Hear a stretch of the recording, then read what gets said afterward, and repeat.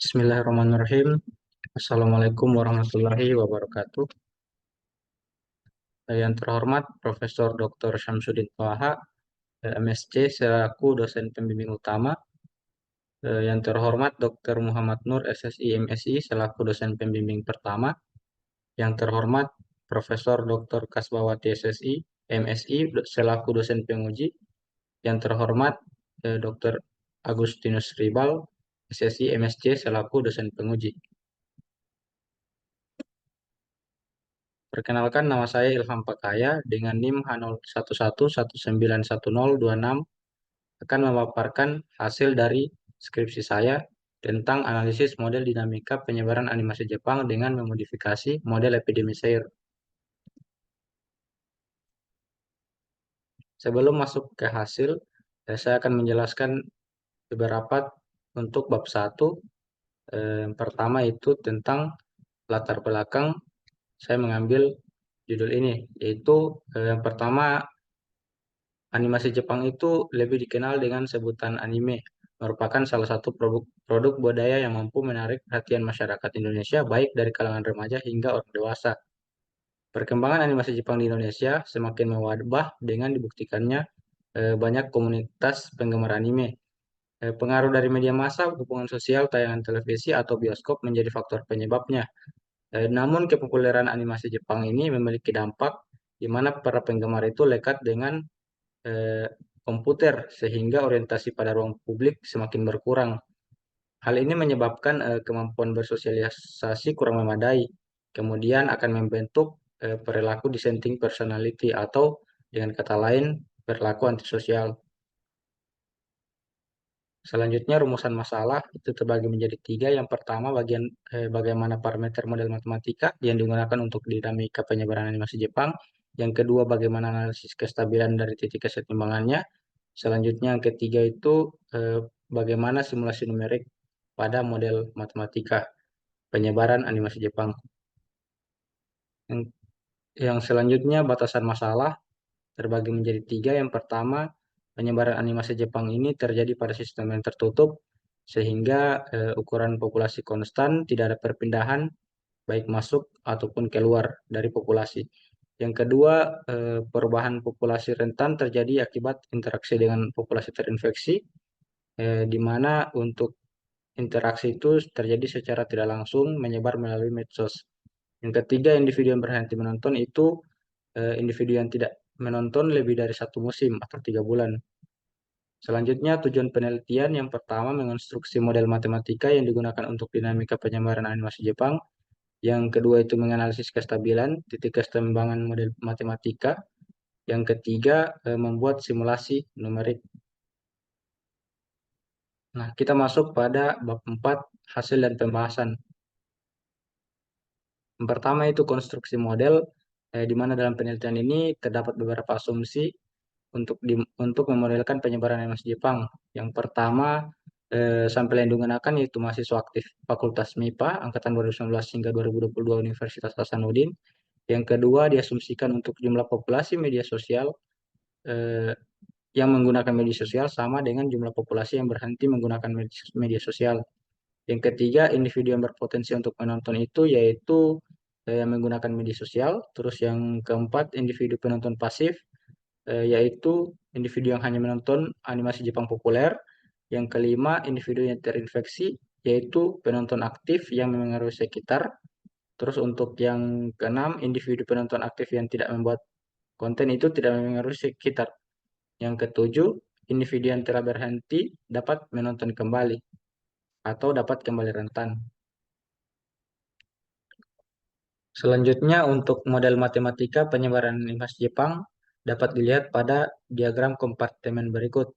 Nah, dalam gambar ini subpopulasi terbagi menjadi 5 bagian, yaitu S, di mana sebagai jumlah populasi yang menggunakan media sosial, E sebagai jumlah populasi penonton pasif yang hanya menonton animasi Jepang populer, I jumlah populasi penonton aktif yang menyebarkan animasi Jepang, terus Q sebagai penonton aktif yang tidak menyebarkan animasi Jepang, dan R sebagai jumlah populasi yang berhenti menonton animasi Jepang. Untuk selanjutnya terbagi menjadi beberapa parameter. Yang pertama di sini ada pi sebagai laju individu yang menggunakan medsos, mu sebagai laju individu yang berhenti menggunakan medsos, beta laju individu yang hanya menonton animasi Jepang populer, alpha laju individu yang menjadi penonton aktif dan membuat konten, gamma laju individu penonton pasif yang berhenti menonton, delta laju individu yang berhenti menonton, ya, laju individu yang menjadi penonton aktif. Selanjutnya ada epsilon laju individu yang berhenti membuat konten tentang animasi Jepang. Selanjutnya theta laju individu yang membuat konten tentang animasi Jepang. Ada selanjutnya tau eh, laju individu penonton aktif yang berhenti menonton, dan rho laju individu penonton aktif yang berhenti menonton. Dan yang terakhir itu ada omega laju individu yang berhenti menonton tetapi dapat kembali rentan.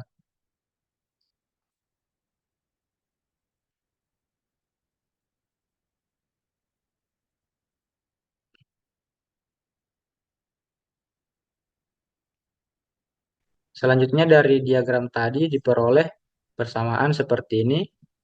Selanjutnya dapat disederhanakan dengan melakukan non-dimensionalisasi, yaitu S sama dengan Sn, S per N, E sama dengan E per N, I sama dengan I per N, Q sama dengan Q per N, R sama dengan R per N. Kemudian disubstitusi ke persamaan ini, diperoleh persamaan ini. Selanjutnya titik kesetimbangan bebas penyakit dengan kondisi DSDT hingga DRDT tadi itu disama dengan ke 0 diperoleh untuk SEIKR menjadi persamaan ini.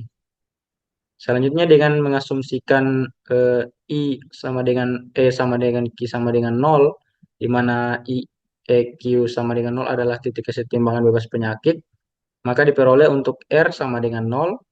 Selanjutnya disubstitusikan R sama dengan 0 diperoleh untuk S, yaitu S sama dengan pi per mu. Sehingga untuk titik kesetimbangan bebas penyakit S bintang E bintang I bintang Q bintang R bintang diperoleh pi per mu 0,000. Selanjutnya untuk titik kesetimbangan endemik, di mana titik kesetimbangan endemik merupakan titik kesetimbangan di mana terdapat individu terinfeksi dalam populasi, sehingga akan diasumsikan untuk EQR untuk EIQ itu lebih besar dari 0. Maka untuk I diperoleh persamaan seperti ini. Selanjutnya disubstitusikan ke persamaan S, maka diperoleh S seperti ini. Selanjutnya substitusi persamaan I dan S ke persamaan E, maka diperoleh untuk persamaan E seperti berikut. Kemudian substitusi persamaan I ke Q diperoleh Q seperti ini. Selanjutnya substitusikan persamaan I ke R diperoleh R seperti ini. Sehingga untuk titik kesetimbangan endemik itu diperoleh S bintang E bintang I bintang Q bintang R bintang seperti ini.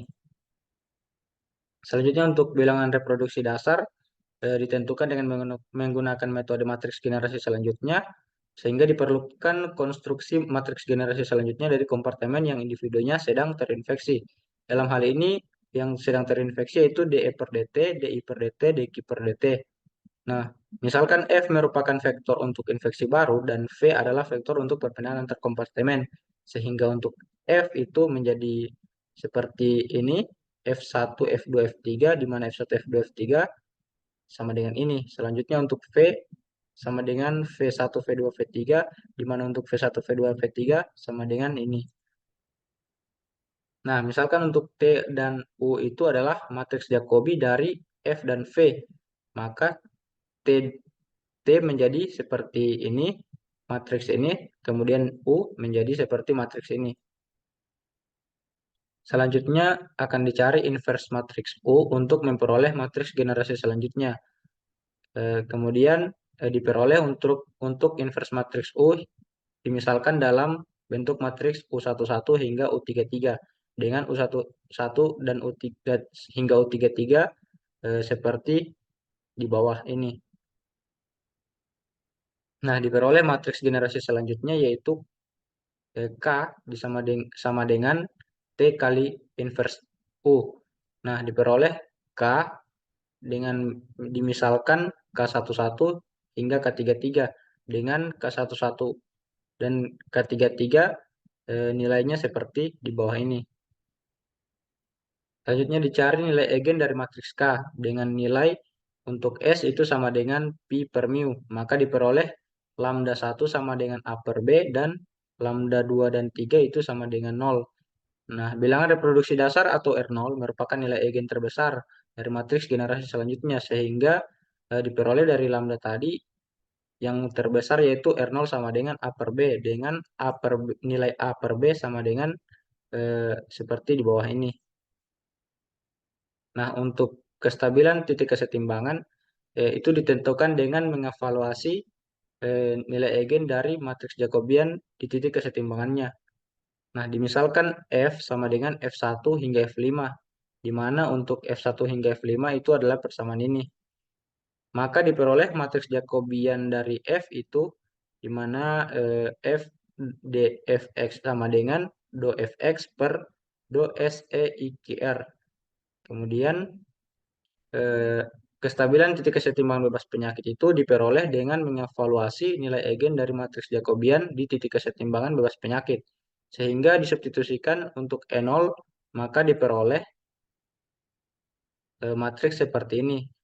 Selanjutnya untuk bebas penyakit itu I bintang sama dengan 0 dan S bintang itu sama dengan pi per mu, maka diperoleh matriks seperti ini. Selanjutnya matriks ini dimisalkan dalam matriks A11 hingga A55. Maka diperoleh persamaan karakteristik dari matriks ini yaitu seperti ini. Nah, dengan untuk A1, A2, A3 nilainya seperti ini. Nah, diperoleh nilai eigen dari eh, persamaan ini di mana untuk lambda 1 itu sama dengan untuk minus lambda tambah A55 sama dengan 0, itu diperoleh lambda satunya sama dengan A55, di mana nilai A55 itu sama dengan minus omega kurang mu.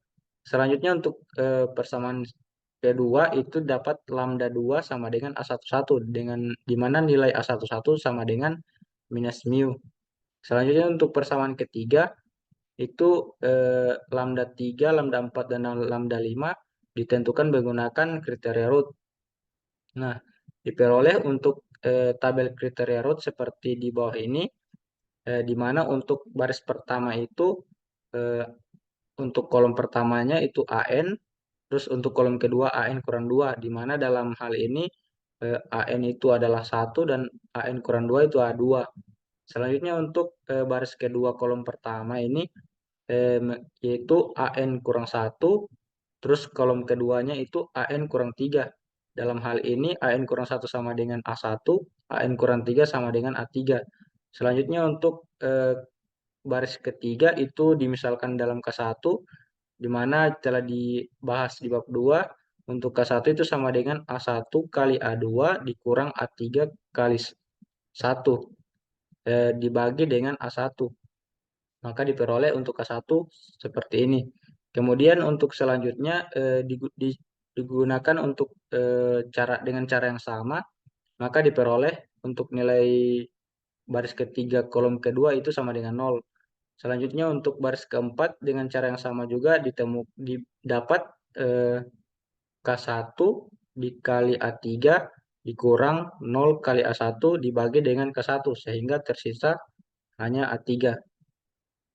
Berdasarkan kriteria root, titik kesetimbangan bebas penyakit itu stabil asimptotik apabila seluruh elemen pada kolom pertama memiliki tanda yang sama. Sehingga berdasarkan tabel ini, untuk A1 itu sama dengan minus A22 kurang A33 kurang A44, di mana A22 sama dengan ini, kurang A33 sama dengan ini, terus A44 itu sama dengan ini. Nah, dapat dilihat jelas bahwa A1 itu besar 0 atau positif. Nah, selanjutnya K1 positif apabila A1 kali A2 itu lebih besar dari A3 dengan A1 tadi adalah positif. Nah, serta untuk A3 positif. Nah, jika syarat tersebut terpenuhi, maka titik kesetimbangan bebas penyakit stabil asimptotik lokal. Selanjutnya untuk kestabilan titik kesetimbangan endemik itu diperoleh dengan mengevaluasi nilai eigen dari matriks Jacobian di titik kesetimbangan endemiknya. Nah, disubstitusikan untuk S1 maka diperoleh matriks seperti ini. Kemudian dimisalkan matriks ini dalam bentuk matriks A11 hingga A55, maka diperoleh persamaan karakteristik dari matriks ini yaitu seperti ini. Dengan untuk A1, A2, A3, A4, A5 nilainya seperti ini. Nah, diperoleh nilai eigen dengan menggunakan kriteria root, menggunakan cara yang sama untuk titik kesetimbangan endemik. Itu baris pertama itu diperoleh -1, A2, sama A4. Untuk baris kedua A1, A3, dan A5. Terus untuk baris ketiga itu dimisalkan dalam bentuk K1, di mana K1 sama dengan A1 kali A2 dikurang A3 kali -1, sehingga di sini berubah menjadi positif, dibagi dengan A1. Nah, untuk selanjutnya itu L1 sama dengan A1 dikali A4 dikurang A5 kali -1, sehingga dibagi dengan A1, sehingga diperoleh L1 sama dengan ini. Dengan cara yang sama diperoleh untuk kolom ketiganya sama dengan 0. Selanjutnya untuk K2, K3 hingga baris yang ke-6 digunakan cara yang sama diperoleh nilai-nilai seperti dalam tabel. Berdasarkan kriteria root, titik kesetimbangan endemik stabil asymptotik apabila seluruh elemen pada kolom pertama memiliki tanda yang sama. Oleh karena itu, berdasarkan tabel di samping atau tabel ini, A1 itu sama dengan A55 tambah A44 tambah A33 tambah A22 tambah A11, di mana untuk nilai A55 hingga A11 sama dengan ini. Nah, jika dilihat jelas bahwa untuk A1 itu kurang dari 0. Selanjutnya untuk eh, karena K1 karena A1 sama kurang dari 0, maka untuk K1 itu kurang dari 0 apabila A1 kali A2 itu kurang dari A3. Nah, dengan A3 besar dari 0. Karena di sini K1 kurang dari 0, maka K2 kurang dari 0 apabila K1 kali A3 itu besar dari L1 kali A1. Nah, selanjutnya untuk K3, karena K2 kurang dari 0, maka untuk K3 kurang dari 0 apabila K2 kali L1 itu lebih besar dari K1 kali A5. Serta untuk A5 itu kurang dari 0. Nah, jika syarat tersebut terpenuhi, maka titik kesetimbangan bebas penyakit itu stabil asimptotik lokal. Selanjutnya untuk simulasi model dilakukan dengan menentukan data awal yang diperoleh dari data primer dengan menganalisis data pada kuesioner. Kemudian menentukan nilai parameter yang dilakukan dengan menggunakan ukuran epidemiologi. Nah, rate merupakan salah satu ukuran epidemiologi dengan membandingkan suatu peristiwa terhadap jumlah penduduk yang mungkin terkena peristiwa yang dimaksud. Nah, rate berguna untuk menyatakan dinamika atau kecepatan kejadian tertentu dalam suatu masyarakat tertentu. Rate memberikan informasi dan wawasan yang berguna mengenai penyebab, penyebaran, penularan, dan efek keseluruhan penyakit pada suatu populasi. Nah, selanjutnya untuk nilai-nilai parameter variabel, nilai awalnya itu berdasarkan kuesioner maka diperoleh untuk S0-nya sama dengan 12/97, E0-nya sama dengan 5/97, I0-nya sama dengan 11/97, Q0-nya sama dengan 18/97, R0-nya sama dengan 51/97. Selanjutnya untuk parameternya itu untuk pi dengan nilai 0,049, keterangannya itu yaitu rate mahasiswa pengguna media sosial yang mengisi kuesioner terhadap mahasiswa yang berpotensi menjadi pengguna media sosial. Untuk mu dengan nilai yang sama dengan pi, yaitu rate mahasiswa yang berhenti menggunakan media sosial terhadap mahasiswa yang menggunakan media sosial. Selanjutnya untuk beta dengan nilai 0,885, yaitu rate mahasiswa yang menonton animasi Jepang populer terhadap mahasiswa yang menggunakan medsos. Untuk selanjutnya alpha dengan nilai 0,2, yaitu rate mahasiswa penonton aktif yang membuat konten terhadap mahasiswa yang menonton animasi Jepang populer. Selanjutnya untuk gamma dengan nilai 0,4, yaitu rate mahasiswa yang berhenti menonton terhadap mahasiswa yang menonton animasi Jepang populer. Selanjutnya untuk delta dengan nilai 0,341, yaitu rate mahasiswa penonton aktif terhadap mahasiswa yang menonton animasi Jepang populer. Selanjutnya untuk epsilon dengan nilai 0,391, yaitu rate mahasiswa penonton aktif yang berhenti membuat konten terhadap mahasiswa yang membuat konten. Untuk theta dengan nilai 0,239, yaitu rate mahasiswa yang membuat konten terhadap mahasiswa penonton aktif. Selanjutnya rho yaitu dengan nilai 0,353, yaitu rate mahasiswa yang berhenti menonton terhadap mahasiswa penonton aktif yang membuat konten. Tau dengan nilai 0,379, yaitu rate mahasiswa yang berhenti menonton terhadap mahasiswa penonton aktif. Yang terakhir yaitu omega dengan nilai 0,588, yaitu rate mahasiswa yang berpotensi menjadi penonton animasi Jepang terhadap mahasiswa yang berhenti menonton. Selanjutnya dengan nilai awal yang telah disebutkan tadi dan nilai parameter, maka diperoleh untuk simulasi model untuk dengan nilai awal S0 sama dengan 0,12 diperoleh untuk populasi S. Dapat dilihat pada gambar, terlihat bahwa untuk populasi S ini mengalami kenaikan signifikan hingga hari ke-20 dan mulai stabil pada hari ke-30 hingga mencapai titik kesetimbangan. Selanjutnya untuk untuk populasi populasi I, populasi Q, dan populasi R itu memiliki kasus yang sama, di mana terlihat bahwa untuk populasi ini mengalami penurunan signifikan dari nilai awal hingga 20 hari. Kemudian mulai stabil pada hari ke-30 dan mencapai titik kesetimbangan. Begitu pula untuk populasi I, Q, dan R. Selanjutnya, berdasarkan simulasi yang telah dilakukan, diperoleh hasil yang konvergen pada titik kesetimbangan bebas penyakit. Nah, untuk simulasi ini akan digunakan data asli, akan tetapi mengubah laju individu yang menyebarkan animasi Jepang. Dalam hal ini, laju individu yang menyebarkan animasi Jepang disimbolkan dengan parameter alfa dan theta. Kemudian mengubah parameter yang berpengaruh lainnya, yaitu delta, gamma, dan epsilon. Dalam hal ini, alfa akan diasumsikan menjadi 0,6, delta menjadi 0,2, gamma menjadi 0,141, epsilon menjadi 0,191, dan theta menjadi 0,439.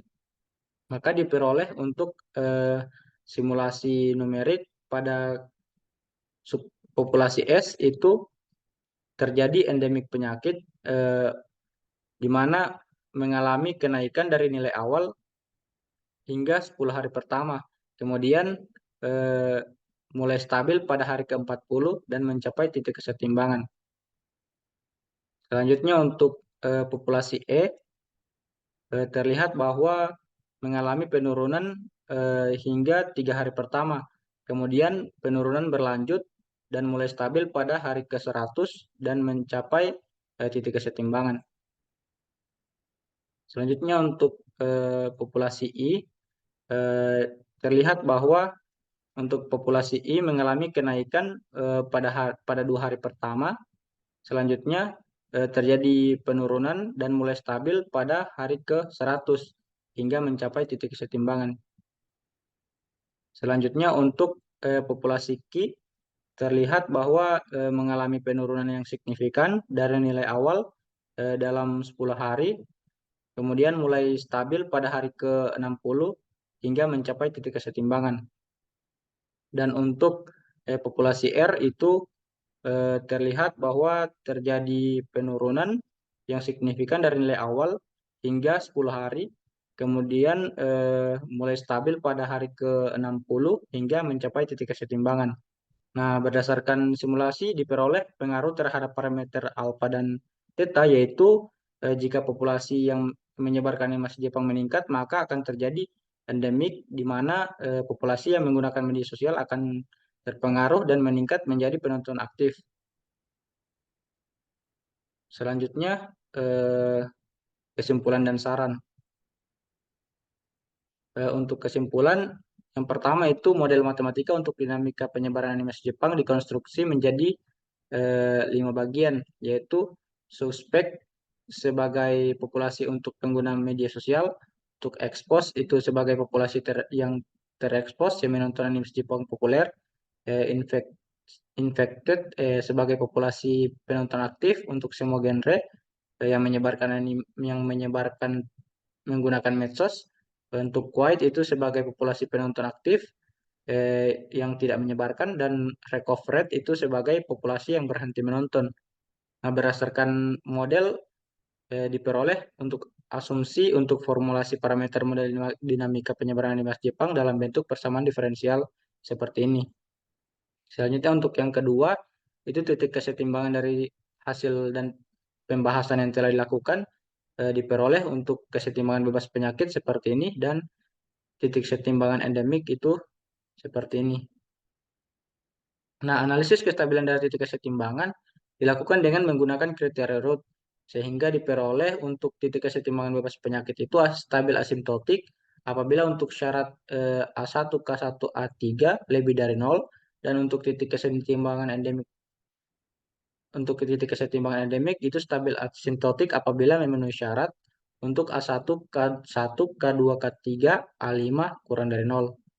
Selanjutnya untuk yang ketiga, simulasi model dinamika penyebaran animasi Jepang dilakukan dengan menggunakan total sampel 97 dari 1970 populasi, memberikan hasil bilangan reproduksi dasar R0 kurang dari 1, di mana untuk penonton aktif akan berkurang dalam kurun waktu tertentu, sehingga untuk setiap kompartemen akan konvergen ke titik kesetimbangan bebas penyakit. Nah, berdasarkan data itu menunjukkan bahwa 88,5% pengguna medsos telah menonton animasi Jepang, sehingga untuk meningkatkan laju penyebaran pada parameter beta itu tidak akan memberikan pengaruh yang signifikan. Namun, apabila meningkatkan parameter yang masuk ke individu yang menyebarkan animasi Jepang, maka diperoleh R0 itu besar dari 1, mengakibatkan terjadinya endemik.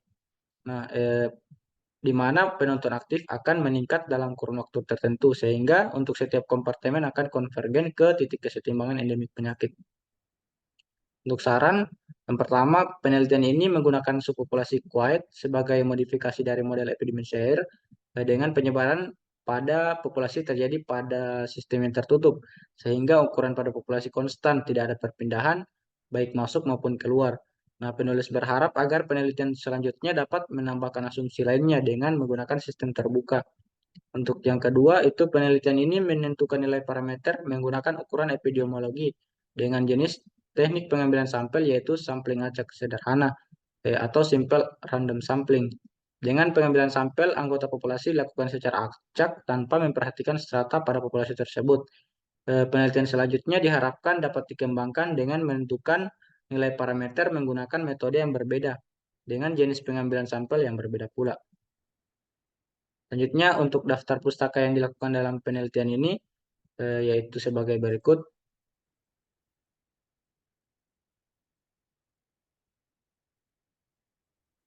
Terima kasih. Itulah yang dapat saya sampaikan dalam hasil skripsi saya. Apabila ada kekurangan mohon dimaafkan. Wabillahi taufiq wal hidayah. Wassalamualaikum warahmatullahi wabarakatuh.